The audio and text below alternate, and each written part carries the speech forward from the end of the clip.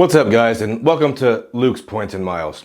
I'm Luke, and today I want to talk about my recent acquisition of the Chase Bank Sapphire Preferred card. I'm primarily an American Express guy, and my primary hotel loyalty still lies with Hilton, which is not a partner of Chase Bank. So what made the Chase Sapphire Preferred the right card right now?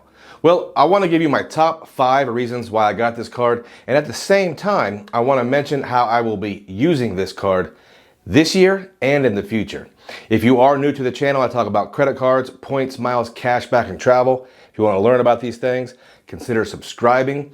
I'm posting consistent content, and as always, if you get any value at all from this video, slap that like button for me and the YouTube algorithm. With all that out of the way, let's get into it.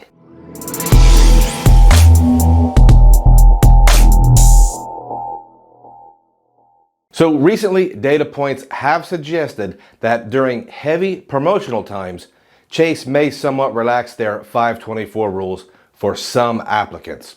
If you aren't familiar with the Chase 524 rule, in a nutshell, it means that if you have opened 5 or more personal credit card accounts, regardless of issuer, then Chase will most likely deny any application for a Chase credit card. I use terms like most likely because there are always reports of exceptions, but those were, up until very recently, very rare. Rare enough that most folks would just not believe the data point at all and assume the person was either mistaken or not knowledgeable enough to accurately count their 524 status. And there was always some merit to that skepticism.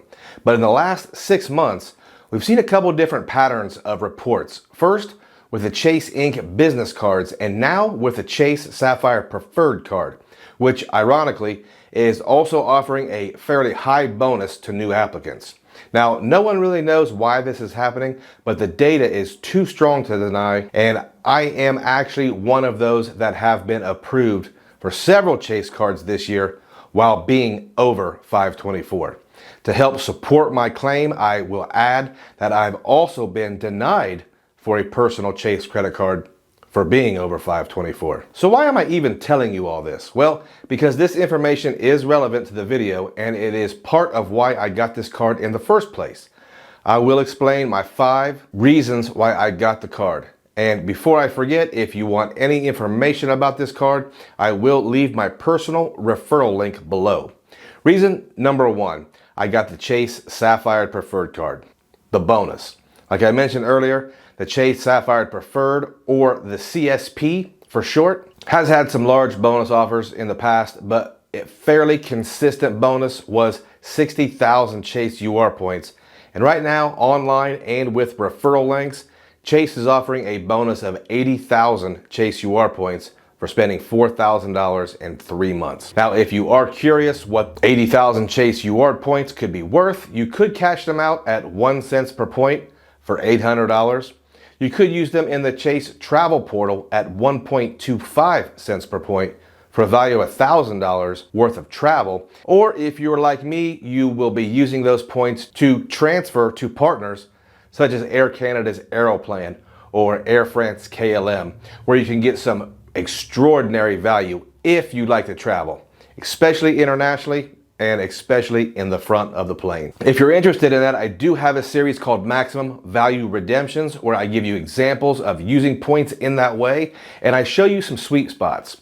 $4,000 in 3 months is pretty easy for me to spend on my normal basic spending, so getting a bonus, it's always a great thing for me, especially since I just redeemed over 400,000 points for travel this last week. If you want to see how I did that, I will put a video on the end screen at the end of this one. Reason number 2, I kind of went over at the beginning of this video. See, I'm currently 624 with expectations of being under 524 in August of this year. So the plan was to not get any cards until then, and I was actually really excited about using my default system of cards. But this new bonus came out, and there were indicators that Chase may be approving applicants over 524 because of the heavy promotion of the CSP. Now, I've talked about marketing a lot on this channel and the fact that marketing works. Here we have a product I can get great value from, but I'm not really supposed to be eligible for it. But rumors and internet data points suggest I may be able to. I can admit that this type of marketing absolutely works on me.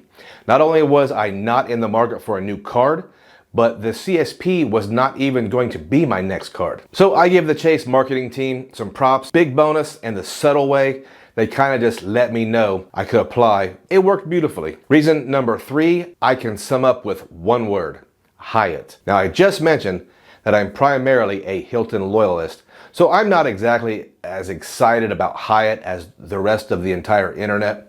But what I mean by Hyatt is the transfer partners. Having the CSP gives me access to the Chase transfer partners, and I do think they have at least the second best group in the game. Even though they aren't my favorites, having access to Hyatt, Southwest, and United Airlines is great from an opportunity stance. Versatility is the name of the game, and having more options is always great. Another great point is when you have access to Chase transfer partners, you have access to Chase transfer partner bonuses. I've done several videos on how I've used transfer bonuses of 15 or 30% to get amazing travel redemptions. Now, this number 4 is likely to be the biggest reason, and that is the upgrade, downgrade ability with Chase UR point earning cards. Chase has a pretty liberal policy when it comes to product changing cards within the UR point earning family.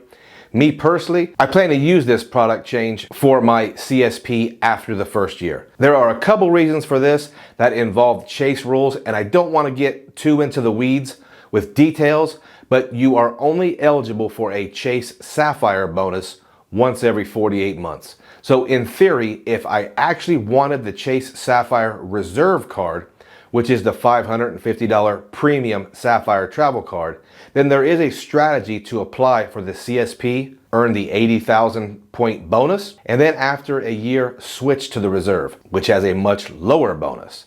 And that is something I actually plan to do. I really don't need the Reserve this year, but I plan to try it out and see what kind of value I can get with a full ride Priority Pass Select. I feel like if the restaurant credits are still around, then I can really maximize them, as well as other CSR perks and benefits. Another strategy for me could be to downgrade the CSP after a year to a Freedom Flex card that earns 5 times on rotating categories, but has a fairly low cap quarterly. The trick would be to downgrade this card to a second Freedom to have a little more room on that max spend for those quarterly bonus categories. I'm actually a huge fan of the Chase versatility and optionality. Reason number 5 will not likely apply for very many people here. I got the card because I have a credit card YouTube channel. If I'm considering this channel a business, then it's my job to be able to report to you guys things like Chase loosening 524. There are so many people in this game that read things and then regurgitate the information without ever having any type of experience. I want you guys to know that when I talk about certain things, I'm talking from a perspective of having been there. On my Maximum Redemption series, I talk about booking flights on certain airlines, and that's because I don't want to tell you guys how great Air France business class is just because I read an article about it. Too many folks repeat things like Qatar Q suites are way better than Delta One suites, but they didn't fly at all last year. So I consider things like this part of my job, and I want to share with you in the most authentic way I know how, especially because sometimes I do say negative things about certain products. For example, I have said some unflattering things about Southwest Airlines in the past, and some folks have told me that I'm a little unfair. Well, I'm flying Southwest to the Vegas meetup in September just to make sure I still don't like it. I may even drink one of those Old Milwaukee light beers and eat a few pork rinds or whatever else they serve on Southwest. On a side note, I am still critical of Hyatt Hotels program because most of the time I go to book a Hyatt hotel, they aren't accepting points. And it happens a lot, but I have never actually heard anyone mention this on YouTube. Are they booking Hyatts or are they just repeating the info from the podcast they just heard? Okay, rant over. But there you have it. 5 reasons why I now have the Chase Sapphire Preferred. I do want to remind you that if you want to apply for or get any information about this card, I will leave my personal referral link in the description below.